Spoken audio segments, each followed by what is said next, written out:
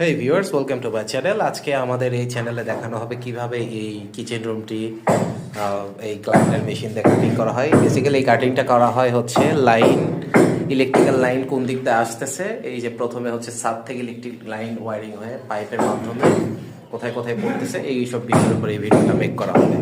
তো till then সবাই আমাদের সাথে থাকুন, দেখা হচ্ছে ভিডিওতে। এখানে আরেকটি জায়গায় সমস্যা শুরু হয়েছে, সেখানে একটু কাটিং করা হচ্ছে।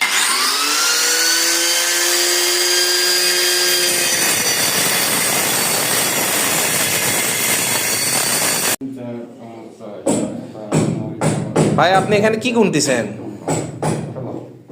আমরা এইটা গুনে দিচ্ছি, কারণ ইঞ্চিতে মাঝে মাপে, আর আমরা ইঞ্চি ছাড়াই এটা মাপ তুলেছি। আচ্ছা, আমাদের যে পর্যন্ত আমরা মাপ দিলাম এটা হলো 48 ইঞ্চি। এখানে কি হবে? এখানে সুইচ বোর্ড হবে।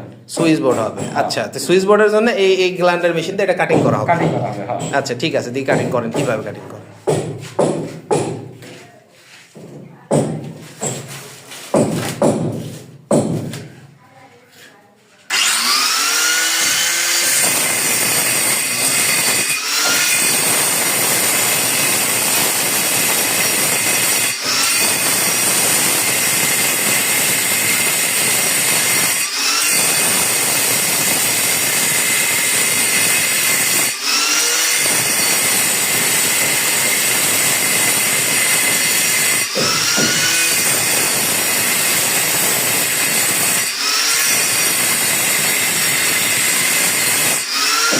ভাই এই যে লাইনটা এখানে কাটিং করলেন, এই লাইনটা কোথায় যে মিশবে, মানে কোথায় কোন তারের সাথে কানেক্টেড হবে?